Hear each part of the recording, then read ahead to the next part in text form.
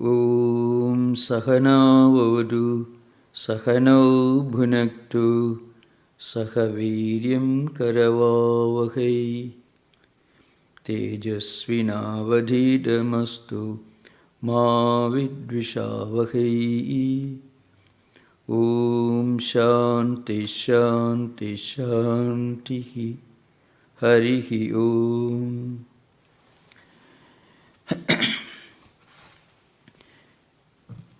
We are continuing our discussion on the topic, the four pillars of Advaita philosophy, Advaita tradition. As I mentioned in the last session, Advaita means non-dual, one without a second, in short. So we already discussed certain aspects of Advaita philosophy. Now, the exponent of Advaita philosophy, the most prominent exponent of Advaita philosophy, as we all know, was Adi Shankaracharya. And he established his system of philosophy by writing commentaries on the most profound sections of the Vedic literature called Vedanta or Upanishads, and in Brahma Sutras, in which he tried to logically analyze and establish the profoundness of Advaita philosophy, and Bhagavad Gita. You see, these three works together, the commentaries on the 10 Upanishads,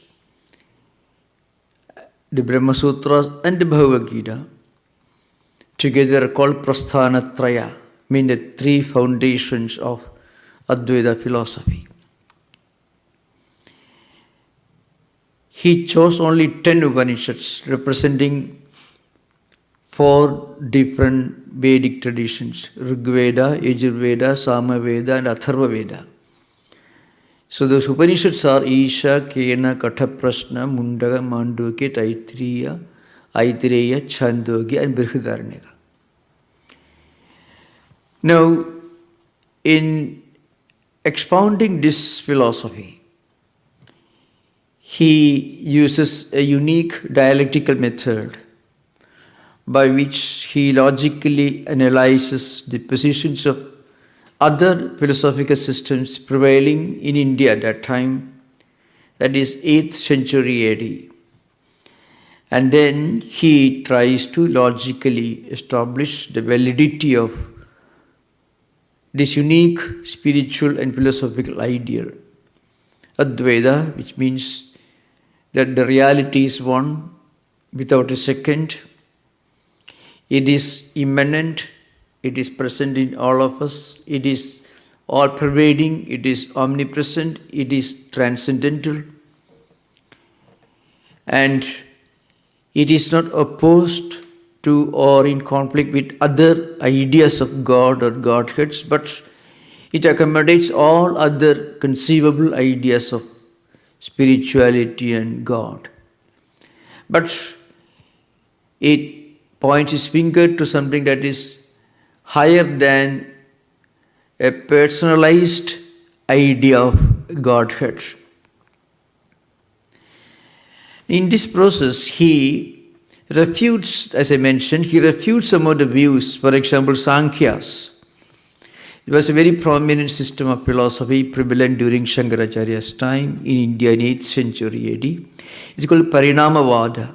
According to them, it's called Pradhana Karanavada. They used to believe that Prakriti or Pradhana is the cause of evolution of the universe. So they believed in some kind of an evolutionary theory. Everything in this world is an evolute of one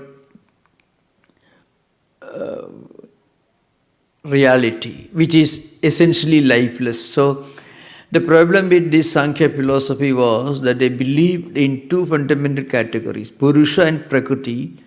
Purusha is endowed with consciousness and Prakriti is not endowed with consciousness, but still it becomes the final cause of the universe It is from Prakriti or Pradhana, another name for it, that the entire universe evolves. So logically it is not defensible. There is a great logical fallacy behind that theory, according to Adi Shankaracharya.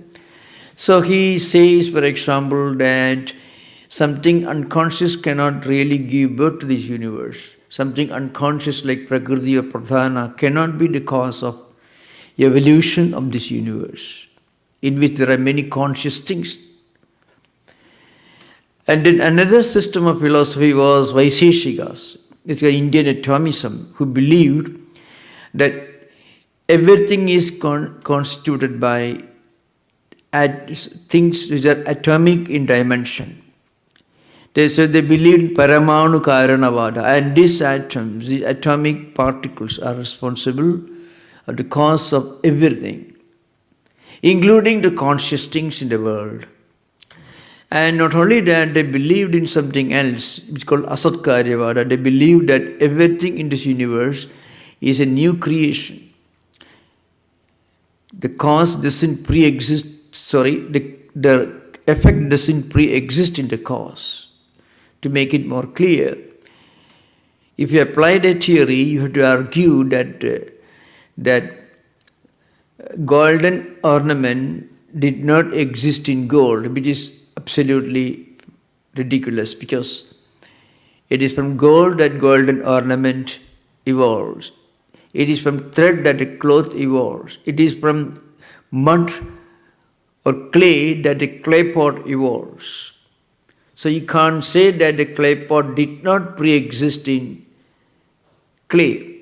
But Vaiseshikas did not believe in that. They believed that everything that gets a new name and form makes it a new entity, a new karyam. So it means new effect. Every product is a new creation.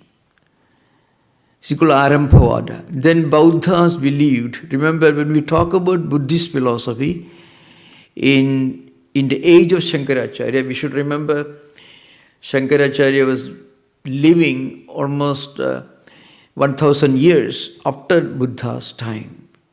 So a lot of changes have taken place to the original teachings of Buddha. New and frequently logically indefensible ideas have already emerged in India at that time in the name of Buddhism, and one of it was Kshanabhangavada, Vijnanavada, Shunyavada. They believe that external things do not exist. You don't find anything in Buddha's teachings which clearly mention that external things have no existence at all. If you say that external objects, world objects, exist only in a relative sense, in the sense that they continue changing, so anything that changes all the time cannot be absolutely real, because to be absolutely real, something should be unchanging, it should remain without any change in the past, present and future, and it should remain the same without any change. So external objects, the world in which we live, and different world objects, they continue changing all the time, so therefore they cannot be called absolutely real, but they are not absolutely unreal either. But according to Vijnanavada, a kind of subjective idealistic philosophy that emerged in Buddhism, Dignaga, Vasubandhu, there were quite a few very prominent Buddhist thinkers in those days. Of course, we are talking about their times, maybe around 3rd or 4th century AD, almost 300 years, 400 years before Shankaracharya's lifetime. So they believed in this kind of subjective idealism which totally denied the existence of external objects. So that also was not agreeable to Advaita philosophical system. So Shankaracharya refuted it. Then the Jaina philosophy believes Syadvada, which is a very flexible thing. Either existing or non-existing, there cannot be final word, a final verdict. And then there were, of course, believers in different theistic systems of Indian philosophy, Pashvada, Shakta, Shaiva, Vaishnava, etc., who believed that one created God with certain forms and certain names and certain characteristics creates this universe. So that was again refuted by Shankaracharya. And he established this unique system of philosophy which believed, which established the fact that Brahman, one absolute divine reality which is present in everything and present everywhere, it is the efficient cause and it is the material cause of this universe. That was called Brahma Nimitta Upadana Karana. So this is the philosophical landscape in which Shankaracharya lived and taught and established Vedanta philosophy.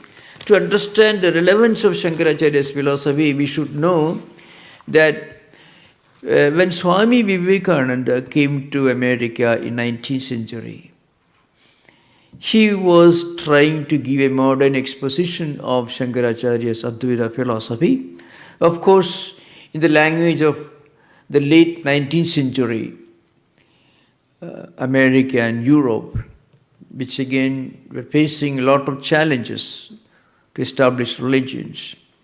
So you can find many doctrines and many ideologies, many humanistic ideologies, and many scientific theories have already started challenging the doctrine of the established religions that one God, created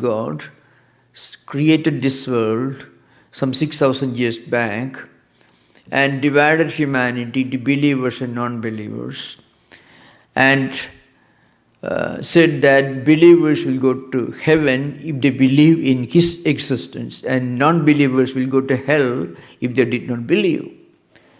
So this was the idea of God. It was very popular in the mid-19th century, and also it became much more a subject of debate towards the end of the 19th century. With the emergence of Karl Marx and Engels, who were humanists, and then Charles Darwin, who published Origin of Species, and many ideas of neo-positivism, existentialism, the early waves of existentialistic philosophical ideas which were emerging in Europe at that time, they all challenged the anthropomorphic interpretation of creation, God, that God created this world at a particular time with a definite plan and design, with some strong do's and don'ts which he tried to impose upon humanity, which they were supposed to believe if they wanted to go to heaven, or they risked the problem of going to hell if they did not believe in those ideas. So that was the time, that was the philosophical and theological landscape in which Vivekananda appeared in the United States and presented this Advaita philosophy in the Parliament of Religion 1893, which taught that the highest concept of God is one impersonal, attributeless, omnipresent, immanent, supreme reality. It is a spiritual principle. It did not deny the ideas of created God, but it went beyond the ideas of created God. It did not deny the right or the propriety of believing in a God who lived, who created this world some thousands of years back. But it said it is true, but as you evolve in your spiritual life, your idea of God also will evolve, and then eventually you will understand that God is not somebody who sits above the clouds God is one divine reality, a divine principle that is present in us, in all of us, and everywhere. At the same time, the idea of this impersonal God also transcends all that we can define, describe, explain, verbalize, or philosophize. Now, this idea was most prominently is articulated in one unique, well-known verse in the Mandukya Upanishad. Mandukya Upanishad, if you take the 7th mantra, you find a very unique statement. What it essentially says is the simple thing that this absolute reality is not something that you can define, explain, or describe, or verbalize, or speculate, or write about, or think about in terms of words and ideas. Now, surprisingly, almost 400 years after Shankaracharya's time, one of the greatest Christian mystics who lived in Germany is called Meister Eckhart. He also articulated an idea that the highest concept of God cannot be defined in words or ideas or definitions. Every attempt to define, to explain, falls short of the reality of God. So the indescribability, the inexplicability, the non-definability of God was emphasized by this great German theologian who lived in the 13th century, Meister Eckhart. So the well-known verse in the Mandukya Upanishad, it is much more ancient. Shankaracharya was only giving a description and explanation. He was writing a commentary on this verse. And of course, without Shankaracharya's commentaries, of course, we should remember, many of these verses would have remained obscure, unknown, and their meaning totally unknown to humanity.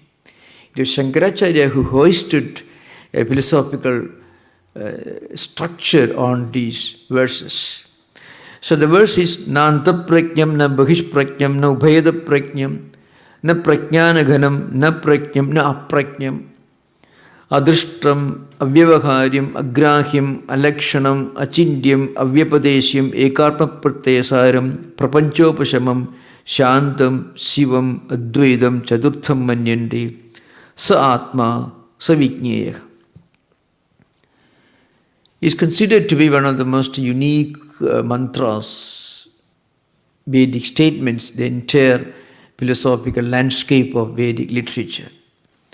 So, this absolute reality which we call Brahman in other Upanishads or in generally in Vedantic literature is called Turiya in this particular Upanishad.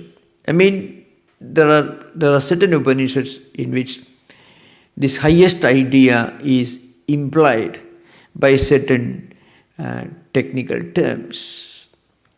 So Turiya means Brahman. Thus this Brahman is not that which is conscious of the internal subjective world.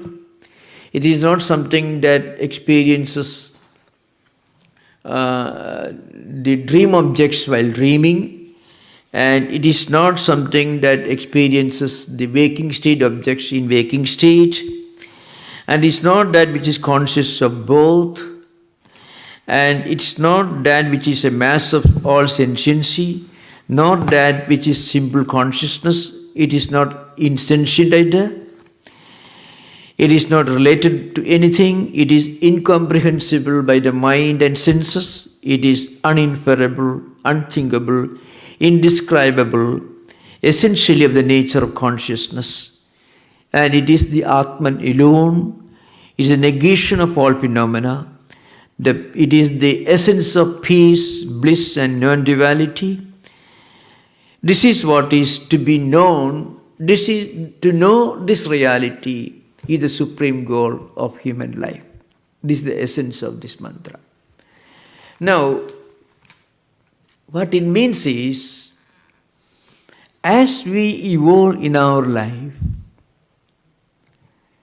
as we move forward in our spiritual evolution, our idea of God grows and evolves. It becomes more introspective. So there is a growth from external to internal, from many to one, from gross to subtle, from words and philosophical ideas to experience. And when this is experienced, then you will understand it is something which cannot be called by any name that we can think of, by any word that we can employ, by any definition that we can employ. So that is the idea behind. And what it means is, it is beyond definitions. It is beyond what in Vedanta we call through Tripudi, the idea of knowledge, known and knower, the idea of something that we think of, something we know, and we, the knower, and also the process of knowing. It is something beyond all this.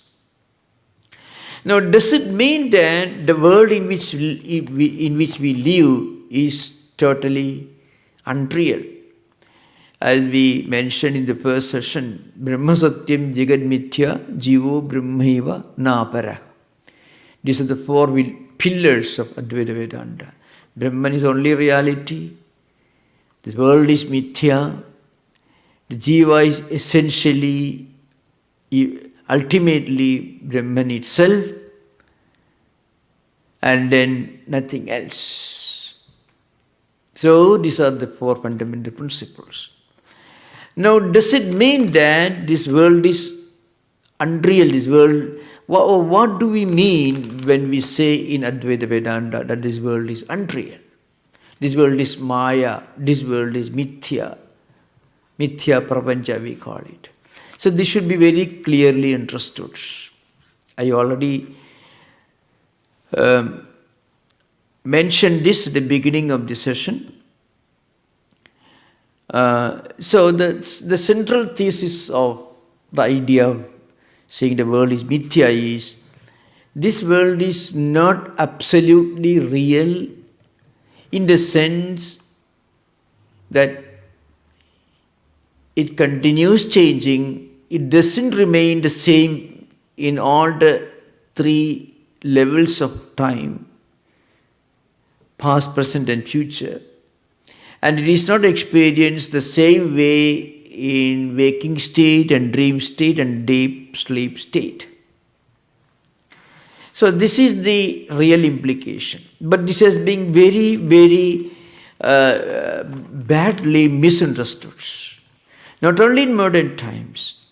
You find such misunderstanding very common in modern times, but you find this misunderstanding even during the early days, even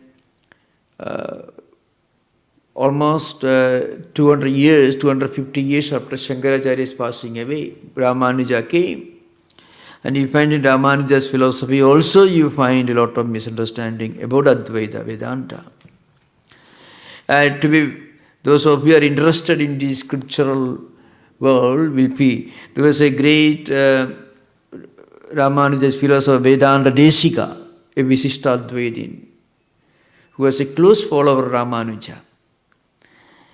He wrote a book called Shadadushani.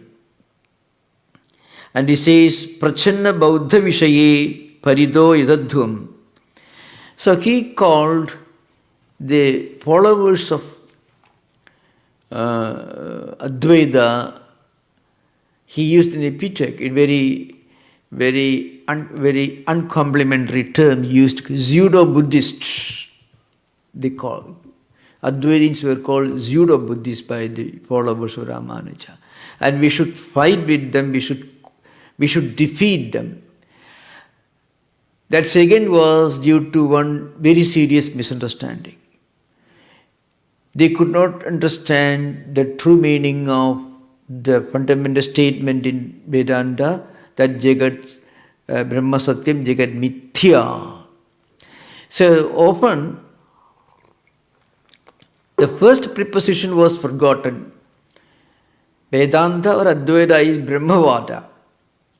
The central thesis of Vedanta is Brahman is the only absolute reality. Next only comes the second preposition, that is Jagat Mithya. This world is Mithya. So Mithya is again a technical term in Vedanta vocabulary. It means Bhasamanatve sati asatvam. That's a real meaning.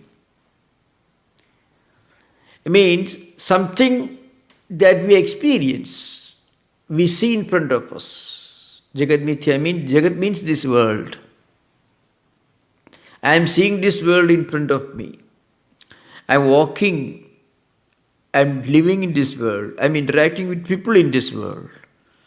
So all activities are taking place right in this world, and everything is so obvious to me. I am experiencing the reality of this world every day, every moment.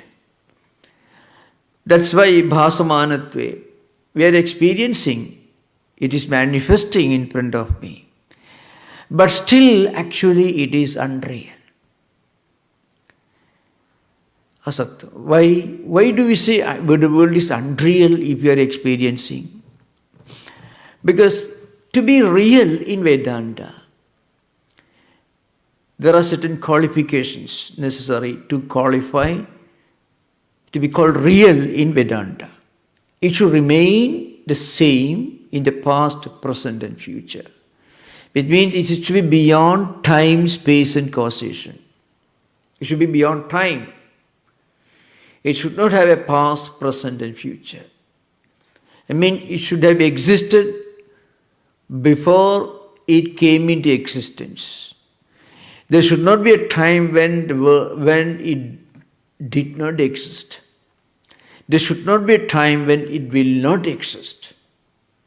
Such a thing alone is called Satyam, and Brahman is only Satyam. And again, it should be experienced in the same manner in the three states of awareness or consciousness, between Jagrat state and Swapna state and Sushupti state. As in Sanskrit, in English, we call waking state, dream state and deep sleep state. Now, we all know very well that we have dreams, but dream experiences are totally different. We are walking in the streets, we are traveling by a car in waking state, and we may be walking in the street and we may be traveling by a car in the dream state also. But in dream state, our eyes are closed. We are alone in the room. But in waking state, there is a big road, long road we are driving in the waking state. So there is a difference. One is a gross state of awareness in waking state, and the other is subtle. Everything happens at the mental level. When driving happens in mental level, in dream state. You are eating food, but your mouth is not involved because it is happening at the mental level. You are traveling all over the world in dreams. You are talking to people, but all these happen at the mental level, without the senses involved. So, there is a difference. And in deep sleep, what you call Sushupti state, there is absolutely no plurality, nothing seen or nothing that becomes visible in deep sleep. Only when we come out of deep sleep, we get the feeling that we had a full rest, feeling of relaxation. But that again is felt only when we come out of the deep sleep state. But that's not the case in waking state. In waking state, we are experiencing it when we are experiencing it. We feel fully rested in waking state. If you sit on an easy chair for a long time, you feel fully rested. If you eat a meal, you feel your hunger is gone. If you drink water, your thirst is quenched. If you travel, you reach a place, from one place to another place.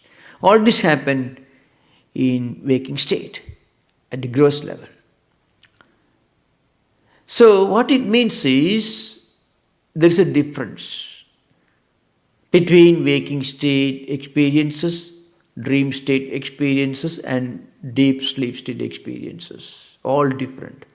And when there is a difference, it cannot be absolutely real. So in all these three states of awareness, we are interacting with the world in which we live. So also past, present and future. Past, present and future can be used only in the context of our present level of awareness or consciousness. So what it means is, it is real, but it is not absolutely real.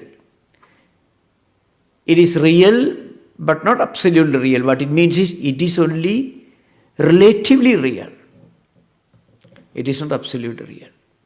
That is the sense in which Vedantins use the word Jagat Mithya. This world is unreal. Now, this idea was not properly understood even by some of the contemporaries of Shankaracharya, and also some of the great Indian thinkers like Ramanuja, Madhva, Vallabha, Chaitanya and others who came after Shankaracharya, who did not understand.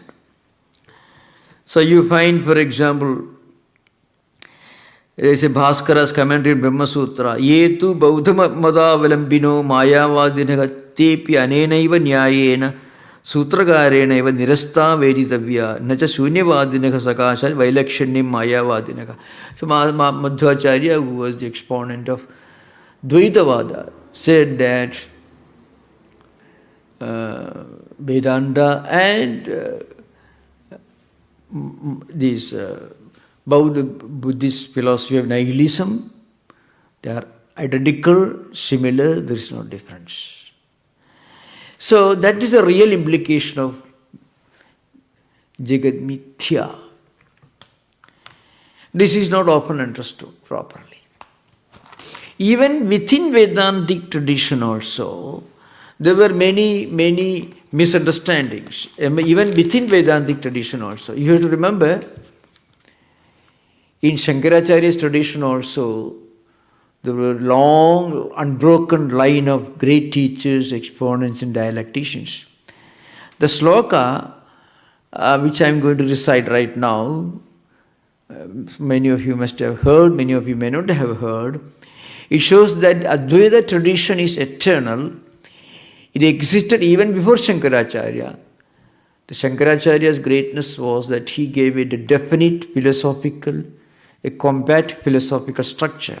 So Narayanam Padmabhuvam Vasishtham Shaktim Cha Tatputra Parasharam Cha Vyasam Shugam Gaudapadam Mahantam Govinda Yogindra Madhasya Sishyam Sri Shankaracharya Madhasya Padmapadam Cha Hastam Malagam Cha Sishyam Tam Todagam Vartikakaramanyan Asmad Gurun Sandadamanadosmi. And Shankaracharya himself says, Atroktam Vedanta Artha Sampradaya Vidbhihi Acharyehi Anadimaya Sukto, etc. There is a bhashya. So the point is, this Advaita Parambara, as we call in Sanskrit, it begins in eternity. So Narayana Padmabhuvam Vasishtam Shaktim Cha Tatputra Parasharam Cha. So it begins with Narayana, Lord Vishnu, and according to another Guru Parambara Stotra, another important verse which pays tribute to these succession of teachers is, Sadasiva Samarambham Shankaracharya Madhyamam. This succession of teachers begins with Shiva himself, according to another verse which again is a tribute to this succession of teachers in Advaita tradition. So even within the Advaita tradition also, there were many views which came up later, even by the followers of Shankaracharya. I can give an example. Prakashananda is the name of a great thinker and writer who lived sometime in the 15th century AD. That means almost 700 years after Shankaracharya, he came. He was a senior contemporary of Appaya Dikshita. Now, he propounded a new theory which you may hear about a lot these days in so many different versions. It is called the Drishti Srishtivada. It's something very interesting. It almost some kind of a subjective idealism, reminiscent of Bauddha Vijnanavada. His name is Prakashananda, who wrote a well-known book called Vedanta Siddhanta Muktavali, it is called. And he said that creation of the world exists only so long as there is perception. So long as you perceive it, it exists in your mind. When you don't perceive it, it doesn't exist. It's called the Drishti Srishtivada. Srishti is there only through and because of Drishti. You see, therefore this world is perceived and therefore it exists. If you don't perceive it, it doesn't exist. Now this again is obviously a deviation from Shankaracharya's original philosophy. Shankaracharya did not say that the world exists only in our mind, only so long as we see it. He believed in the reality of the world, but that reality was only relative. When you see the world, when you experience the world, when you analyze with a philosopher's mind, when you are a philosopher, you may not dismiss the world as unreal. But if you are a thinking person, you'll be surprised, you may be wonderstruck. So it becomes achintya, but means it is inconceivable. It is so mind-boggling. This world is so mind-boggling. Any thinking person, even a poet, a person given to speculation, a mystic, without necessarily being a Vedantin or an Advaitin, may believe that this world is so mind-boggling, it defies all our possible attempts to define and understand and describe. So it is so much beyond our purview, our power of comprehension. So it is indescribable. Though you may not realize that it is relative in the sense that Vedantins understand it. But so Prakashananda propounded a theory, and his attempt was to defend Advaita against criticism leveled against it by the followers of Ramanuja and Madhva, who again and again emphasized Jagat Mithyatvam, that is Maya, and did not emphasize the most prominent principle of Advaita, that is Brahma Satyam. Shankaracharya's bhashyas themselves show ideas. You can find ideas in those bhashya literature.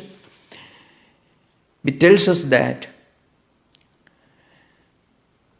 when you analyze, you understand that this world is actually only relative, bhasamanate swadhiya sattvam. We experience it. But still, we understand, as we analyze, as we go deeper, that this world has no absolute reality, it is only relatively real. We understand it. But even Shankaracharya did not say that it exists only when we see it, because that will take him perilously closer to Vijnanavada, which he himself refutes in Brahmasutra Bhashya. So, na bhava upalabdhehe, you find in the Brahma Sutra Bhashya Sutra is there. So he himself refused Vijnanavada. And he says, I have eaten food. In the Bhashya you find, I have this a pot I'm seeing in front of me, and I was hungry, I've eaten food. Can I say I did not become angry, I was not hungry, I did not eat food? I can't say that, because all this happened in my life in waking state experience. But what Shankaracharya says is that again he will become hungry. So the effect of eating food doesn't have any permanent impact. So it happens within time. It happens within the framework of time. And whatever happens within the framework of time is relative. Not unreal, but relative. So this was again and again neglected, and there was a lot of speculation among the critics of Advaita Vedanta, saying that Advaitins believe, they say that this world is totally unreal, which again a complete deviation from Shankaracharya's original philosophy.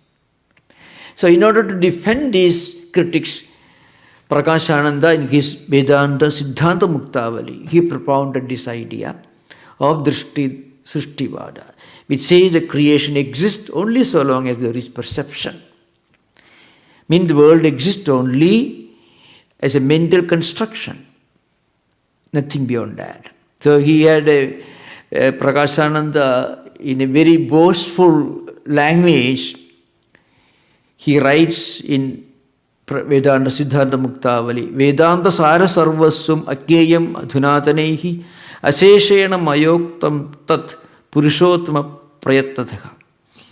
He says, I am the first exponent of Drishti Srishtivada. I have put in this book this great philosophical idea which is known to none till now, which was not known to anybody, which was not known to anyone till now.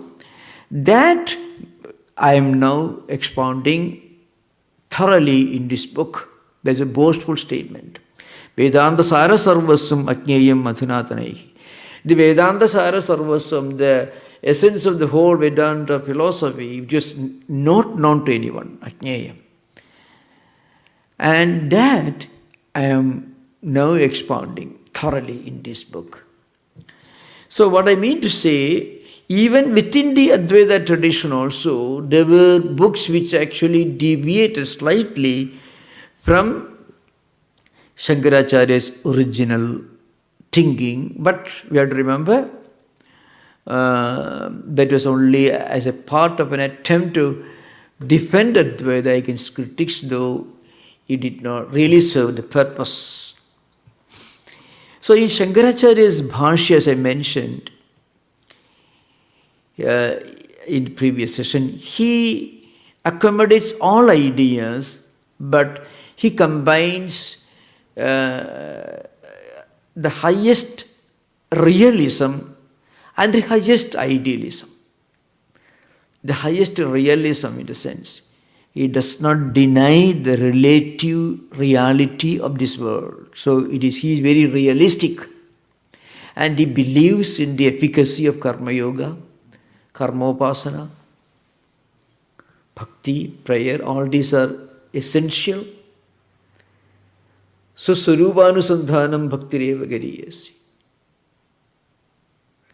Bhaktiritya vidiyade. There are different versions of that in the Vivekachudamani and elsewhere.